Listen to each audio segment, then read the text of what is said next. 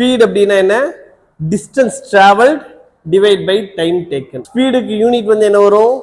Metre per second, dimension L(T⁻⁻1). இப்போ ஒவ்வொரு சாப்டரையும் படிக்கும்போது நம்ம என்ன பண்ணோம்னா இதுக்கான யூனிட் என்ன, டைமென்ஷன் என்னன்னு பார்த்துக்கிட்டே வந்துட்டோன்னா உனக்கு ஈஸியா இருக்கும். ஆவரேஜ் ஸ்பீட் அப்படின்னா என்ன? Total distance travel divide by total time taken அப்படின்னு பார்த்தோம்னா அது வந்து ஆவரேஜ் ஸ்பீட். அப்ப இன்ஸ்டன்டேனியஸ் ஸ்பீட் அப்படின்னா என்னன்னா அந்த பர்டிகுலர் இன்ஸ்டன்ட் ஆஃப் டைம்ல என்ன ஸ்பீட் இருக்கு. கார் டிரைவ் பண்ணிட்டு போறோம், நம்ம ஆவரேஜா ஒரு 60 to 70 கிலோமீட்டர் ஸ்பீட்ல டிராவல் பண்ணி ஒரு பாயிண்ட் எடுத்துட்டு இங்க இருந்து சென்னை கிளம்புறோம்னு வச்சுக்கோங்க. நமக்கு ஆவரேஜா ஒரு 350 கிலோமீட்டர்ஸ் அப்படின்னா 7 hours அப்ராக்சிமேட் ஆகும். அப்படின்னா என்ன? ஆவரேஜா 50 கிலோமீட்டர் per hour நம்ம டிராவல் பண்ணிருக்கோம்னு அர்த்தம். நீ எவ்வளவு வேகமா போலாம், ஆனா நடுவில் போய் ரெஸ்ட் எடுப்போம்ல. ஆவரேஜ் அப்படிங்கிறது total distance travel divide by total time taken அப்படின்னா அது ஆவரேஜ் ஸ்பீடு. ஆனா நீ வந்து என்ன பண்ற, டிராவல் பண்ணிட்டு இருக்கும்போது அந்த மொமெண்ட்ல ஸ்பீடோ மீட்டர் பார்ப்பேன், எவ்வளவு ஸ்பீட்ல போயிட்டு இருக்கோன்ட்டு. அந்த மொமெண்ட்ல அந்த இன்ஸ்டன்ட்ல என்ன ஸ்பீடுன்னு காட்டும். அது வந்து 80 காட்டலாம், 90 காட்டலாம், மேபி 40 கூட காட்டலாம். அப்ப அந்த மொமெண்ட்ல என்ன ஸ்பீடு காட்டுதோ அதான் வந்து என்ன சொல்றோம்? Instantaneous velocity. வெலாசிட்டி ஸ்பீடு ரெண்டுக்கு என்ன டிஃபரன்ஸ்னா, ஒரே டைரக்ஷன்ல டிராவல் பண்ணி போச்சு அப்படின்னா அது வெலாசிட்டி. சரி, அதோட டைரக்ஷன் கண்டிஷன் மாறிக்கிட்டே இருக்கு. இப்போ நம்ம ஓவர்டேக் பண்ணி போறோம், அப்போ வந்து என்ன, அது வெலாசிட்டின்னு சொல்ல முடியாது. நம்ம வளைஞ்சு நெளிஞ்சு தான் போவோம், ரோடு கூட ஸ்ட்ரெயிட்டாலாம் இருக்க போறது இல்லை. அப்ப அதை வந்து என்ன சொல்லுவோம்? ஸ்பீடுன்னு தான் சொல்லணும். அப்ப இன்ஸ்டன்டேனியஸ் ஸ்பீட் அப்படின்னா என்ன? இங்க ஒரு லிமிட் இம்போஸ் பண்றோம். ஸ்பீட் அப்படின்னா என்ன? Distance travelled. டிஸ்டன்ஸ் டிராவல்டு வந்து என்ன சொல்லுவோம் நம்ம? எஸ் இல்லாட்டி எக்ஸ்ன்னு சொல்லுவோம், டிவைட் பை டைம் டி. அப்ப v is equal to s by t அப்படின்னு சொல்லுவோம். அதுவே ஆவரேஜ் ஸ்பீட் அப்படின்னா delta X divide by delta T. Delta X அப்படின்னா என்னன்னா x2 minus x1 divide by t2 minus t1. Final position minus initial position divide by final time minus initial time, அந்த time difference. சரியா? இதான் delta X by delta டின்னு சொல்றோம். அப்ப instantaneous value அப்படின்னு பார்த்தோம்னா இதுல ஒரு லிமிட் இம்போஸ் பண்றோம். அந்த லிமிட் என்னன்னா limit delta T tends to 0. அந்த சேஞ்ச் இன் டைம்ங்கிறது நியர்லி 0க்கு ஈக்குவலா இருக்கும்போது அப்ப இந்த delta X by delta T இருக்குல்ல, அதான் என்ன சொல்றோம்னா dx by dt. Dx by dt differentiation சொல்றீங்களா, அதுக்கான மீனிங் இதுதான். டி பை டிடி சொல்றோம்ல, differentiation limit delta T tends to 0 delta by delta T. இதான் என்ன சொல்றோம் நம்ம? டிஎக்ஸ் பை டிடி அப்படின்னு சொல்றோம். இதான் வந்து இன்ஸ்டன்டேனியஸ் ஸ்பீடு. எல்லாத்துக்குமே யூனிட் வந்து பார்த்தோம்னா மீட்டர் பர் செகண்ட் தான், டைமென்ஷன் L(T⁻⁻1) தான். இது ஸ்பீட் அப்படிங்கிறதுனால இது எல்லாமே ஒரு ஸ்கேலார் குவான்டிட்டி தான். ஸ்பீடுக்கு சொன்னேன், அதே தான் வெலாசிட்டிக்கு. அங்க டிஸ்டன்ஸ் பை டைம்னு சொன்னேன், இங்க டிஸ்பிளேஸ்மெண்ட் பை டைம். இங்க ஆவரேஜ் வெலாசிட்டினா net displacement divide by total time taken x2 minus x1 by t2 minus t. இப்போ 11th 12th வந்து என்னன்னா நம்ம டிஃபரன்சியேஷன் இன்டெகிரேஷன் நம்ம படிச்சிருப்போம்.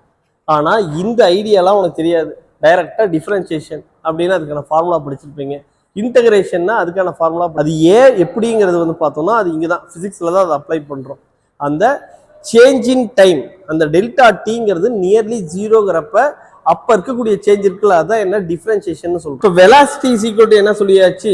டிஸ்பிளேஸ்மெண்ட் பை டைம், எஸ் இல்லாட்டி எக்ஸ். அப்ப டிஸ்பிளேஸ்மெண்ட் எஸ் வேணும்னா என்ன சொல்லலாம்? v into t ன்னு சொல்லலாம். டிஸ்பிளேஸ்மெண்ட்னா என்ன சொல்றோம்? Delta X is equal to என்ன? v into t னா delta X is equal to என்ன சொல்லலாம்? x minus X not into v into t.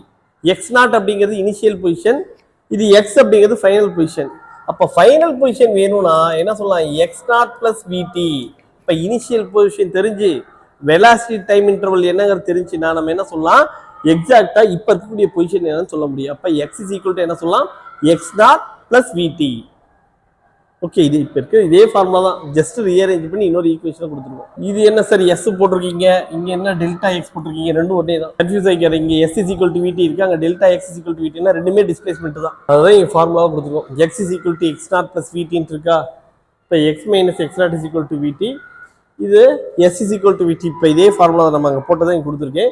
அதுக்கு அடுத்தது ஆக்சலரேஷன். ஆக்சலரேஷன் அப்படிங்கிறது ஒரு vector quantity. Rate of change of velocity is called acceleration. Rate of change of velocity. இப்போ delta v divide by delta t. பாருங்க, acceleration is equal to change in velocity divide by time taken. Total change in velocity divide by total time taken. v2 minus v1 divide by t2 minus t1 போட்டோம்னா average acceleration கிடைக்கும். Instantaneous acceleration simple அதே தான் இது வரைக்கும் சொன்னது. Limit delta t tends to 0 delta v by delta t, இதான் dv by dt சொல்றோம். v க்கு பதிலா என்ன போடலாம்? dx by dtங்கிறது போடலாம். அப்ப d square x by dt square. Acceleration வெலாசிட்டில சொல்லும்போது dv by dt ன்னு வரும். டிஸ்பிளேஸ்மென்ட்ல சொல்லும்போது d square x by dt squareங்கிறது வரும். ஓகே, ஆக்சலரேஷனுக்கு வந்து பாருங்க யூனிட் வந்து என்னன்னா மீட்டர் பர் செகண்ட் ஸ்கொயர்.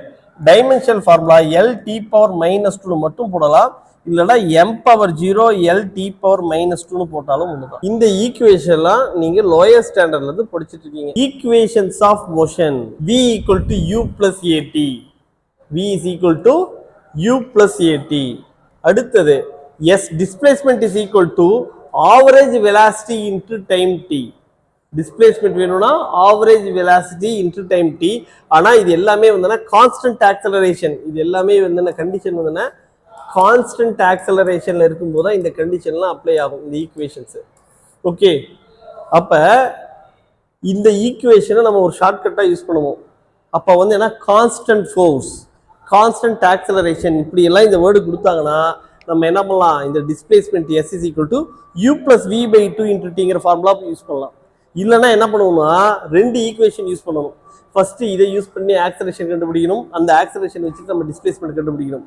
ஆனா அதுக்கு பதிலாக வந்து என்னன்னா இந்த வேர்டு கரெக்டா கொடுத்துருக்காங்கன்னு என்ன பண்ணலாம், இந்த ஃபார்முலாவுக்கு டைரக்டா வந்துடலாம். அதுக்கடுத்து v² - u² = 2as. சரியா, s = ut + ½ at². இதே ஃபார்முலா தான் பாருங்க. ஃபைனல் வெலாசிட்டி கொடுத்தா இனிஷியல் வெலாசிட்டி கொடுத்தா ut + ½ at². ஃபைனல் வெலாசிட்டி கொடுத்தா vt - ½ at². அதுதான் இங்க கொடுத்துருக்கு. டிஸ்பிளேஸ்மென்ட் இன் nth செகண்ட் வேணும்னா u + a/2 × 2n - 1. இன்னொன்று வந்து v² - u² = 2as. இது மொத்தம் 7 ஃபார்முலா இருக்கு, 6 ஃபார்முலா இருக்கு. இது எல்லாமே கான்ஸ்டன்ட் ஆக்சலரேஷன்ல தான் இது அப்ளிகபிள் ஆகும். நம்ம என்னதான் ஷார்ட்கட்ஸ்ல சொன்னாலும் ஒரு சில பேசிக் ஐடியாஸ் இல்லாம அந்த ஷார்ட்கட்டை அப்ளை பண்ண முடியாது. எந்த இடத்துல எந்த ஷார்ட்கட்டை அப்ளை பண்ணணும்னா அதுக்காவது ஒரு ஐடியா வேணும்ல, அதுக்கான பேசிக் ஐடியாஸ் வேணும்ல. Pure maths pure science students இருக்கலாம். அப்போ வந்து என்ன பண்ணுவீங்க, சரி எனக்கு மேக்ஸ் வரல அதனால பிசிக்ஸ் வரல அப்படின்லாம் சொல்லக்கூடாது.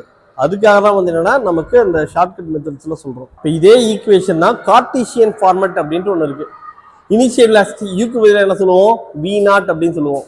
டிஸ்பிளேஸ்மென்ட் எஸ்க்கு பதிலாக என்ன சொல்லுவோம், x - x0 அப்படின்னு சொல்லுவோம். அந்த மாதிரி ஃபார்மட் வந்து என்ன கார்ட்டீசியன் ஈக்குவேஷன்ஸ், அந்த ஃபார்மட்ல பார்க்கலாம். இதே இதுதான் v = u + at ஃபார்முலா. யூக்கு பதிலாக என்ன இருக்கு, இனிஷியல் வெலாசிட்டி. யூனா இனிஷியல் வெலாசிட்டி, அதை வந்து v0ல ரெப்ரசென்ட் பண்றோம். அதுக்கு அடுத்தது s = ut + ½ at². இந்த ஃபார்முலாவை என்ன பண்றோம்னா s க்கு பதிலாக x - x0 = u க்கு பதிலாக v0t + ½ at² போட்டோம்னு வச்சுக்கோங்க. இந்த -x0 தானே போயிடுச்சுன்னா இந்த ஈக்குவேஷன் ஃபார்மட் வந்துடும். x = x0 + v0t + ½ at². அதே ஈக்குவேஷன் தான் ஜஸ்ட் ரீஅரேஞ்ச் பண்ணியிருக்கோம். டிஸ்பிளேஸ்மென்ட் s க்கு பதிலாக என்ன போட்டிருக்கோம், x - x0 போட்டிருக்கோம்.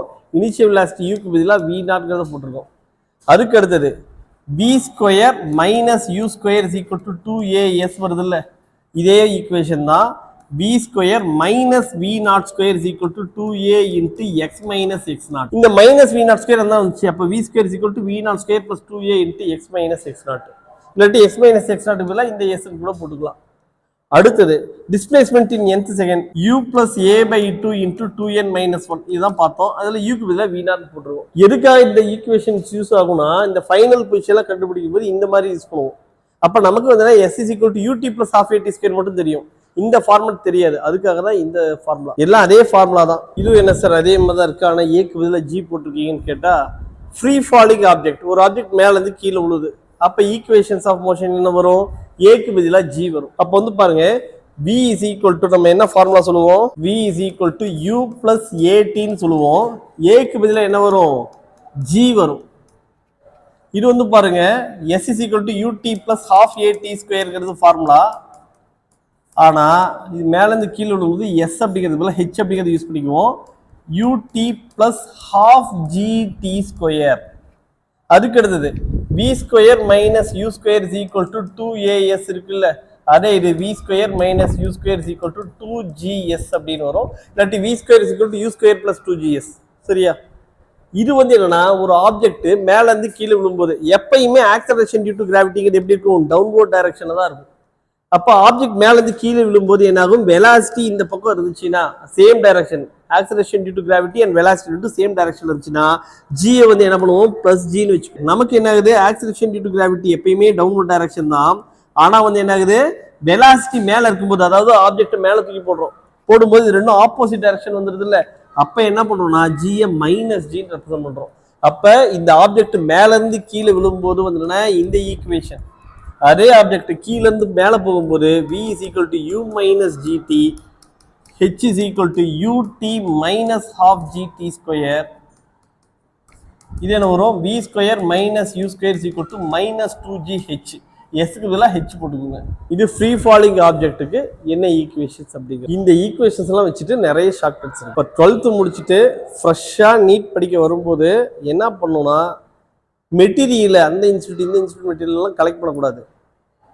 நீ வாங்கி வச்சிருக்க வேண்டியது வந்து என்னன்னா NCERT books. NCERT book physics chemistry biology எல்லாத்துக்கும் என்சிஆர்டி புக்கு வாங்கிக்கணும். அது line by line go through பண்ணணும். பிஒய்க்யூ ப்ரீவியஸ் இயர் கொஸ்டின்ஸ் இருக்குல்ல அந்த கொஸ்டின் பேங்க் எந்த பிராண்ட் வேணாலும் வாங்கிக்கலாம். அதுக்கு அடுத்தது வந்து இப்போ கிளாஸ் நோட்ஸ் இருக்குல்ல அதை பார்த்துக்கணும். நீ வந்து என்ன இன்ஸ்டியூட் மெட்டீரியல் எடுத்தாலும் இங்க என்ன இருக்கோ அதே கான்செப்ட் தான். எல்லாமே என்சிஆர்டி புக்ல இருக்கிறது தான். பிஒய்க்யூல என்ன கொஸ்டின் இருக்கோ அதான் மாத்தி மாத்தி கேட்டு வச்சிருப்பாங்க வெவ்வேறு மாடல்ல. என்சிஆர்டி புக்லயே வந்து ஒரு கொஸ்டின் இருக்குன்னா அந்த மாடல்ல எவ்வளவு கொஸ்டின்ஸ் ஃப்ரேம் பண்ணலாம் நீயே ட்ரை பண்ணலாம். இப்போ ஏற்கனவே ஒரு கேண்டிடேட் வந்து அந்த 720 அவுட் ஆஃப் 720 அந்த கேண்டிடேட் வாங்கினவங்க என்ன சொல்லிட்டு இருந்தாங்கன்னா ஒரு என்சிஆர்டி புக்ல ஒரு ப்ராப்ளம் பிசிக்ஸ் மெயினா ஒரு கொஸ்டின் எடுத்தா அந்த கொஸ்டின்ல எப்படி மாத்தி மாத்தி கேட்கலாம். அப்ப ஏவும் யூஏடி இது எல்லாமே கொடுத்தா வி கேட்கலாம். இப்போ ஒருவேளை வி கொடுத்துட்டாங்க அப்ப யூ கேட்கலாம். அப்ப வி யூ இருக்கு டி வேணும் அது ஏ வேணும் அப்படின்னா நமக்கு ஏக்கு ஃபார்முலா என்ன A is equal to V minus U by T. நீ தனித்தனியா அவ்வளவு கொஸ்டின்ஸ் போட்டு அத்தனை ப்ராக்டிஸ் பண்றதை விட ஒரு ஃபார்முலால எப்படி எல்லாம் ஃபார்முலா ரீஅரேஞ்ச் பண்ணலாம் எப்படி கேட்கலாம் நம்மளே ஃப்ரேம் பண்ணிட்டோம்னா எப்படி கொஸ்டின் கேட்டாலும் ஆன்சர் பண்ணிடலாம். அதுதான் சின்ன சின்ன ட்ரிக். இன்னொன்று பிசிக்ஸை பொறுத்த வரைக்கும் ஒரு டெஸ்ட் வைக்கிறோம். அதுல தப்பாச்சுன்னா ஃபர்ஸ்ட் வந்து என்ன பண்றோம் ஒரு 10 கொஸ்டின் தரேன். அதுல 5 கொஸ்டின் தெரியுது 5 கொஸ்டின் தப்பாயிடுச்சு. 5 கொஸ்டின் தெரிஞ்சிருச்சு இல்ல அதை பத்தி கவலைப்பட தேவையில்ல. அந்த கான்செப்ட் ஆல்ரெடி தெரிஞ்சிருச்சு. எது தெரியலையோ அதை மட்டும் நோட் போட்டு எரர் நோட் எழுதணும். அதுக்கு அடுத்த டெஸ்ட் போகும்போது வந்து உனக்கு தெரிஞ்சதெல்லாம் ஒன்றும் பிரச்சனை இல்லை. எதுல மிஸ்டேக் பண்ணி அதை மட்டும் பார்த்துட்டு போயிடலாம்ல. அதுக்கு பேர் தான் எரர் நோட் ஃபாலோ பண்றது. அதை கரெக்டா பிசிக்ஸ் கெமிஸ்ட்ரி பயாலஜி மூணுக்குமே ரெகுலரா ஃபாலோ பண்ணிட்டு வந்தோம்னா நமக்கு என்ன ஆகும் பின்னாடி வந்து மார்க் ஈஸியா ஸ்கோர் பண்ணலாம். அப்ப எதெல்லாம் இப்ப நமக்கு தெரிஞ்சது பிரச்சனை இல்லை. ஆனா எதெல்லாம் தெரியலங்கிறத அந்த எரர் நோட்ல ஃபாலோ பண்ணிக்கலாம்ல. அப்ப எரர் நோட்டுங்கிறது ஒரு தடவை இப்ப நம்ம பசங்க என்ன சொல்றோம்னா ஒரு என்ன தப்பு பண்றோம் அதே திரும்ப திரும்ப பண்றாங்க. எப்பயுமே அதே தப்பு தான் சார் பண்ணிடுறேன்ட்டு. அப்ப பண்ண தப்பு திரும்ப பண்ணக்கூடாதுன்னா இந்த எரர் நோட் ஃபாலோ பண்ணாதான் அது தப்பு பண்ணாம இருக்க முடியும். என்னென்ன கான்செப்ட் பார்த்துருக்கோம் இது வரைக்கும் மோஷன் இன் ஸ்ட்ரெயிட் லைன்ல distance displacement speed velocity acceleration பார்த்துட்டு ஈக்குவேஷன்ஸ் ஆஃப் மோஷன் இது எப்படியெல்லாம் ஈக்குவேஷன்ஸ் இருக்குங்கிறத பார்த்துருக்கோம். இதுக்கு மேல வந்தனா அடுத்து சின்ன சின்ன ஐடியாஸ் இருக்கும்.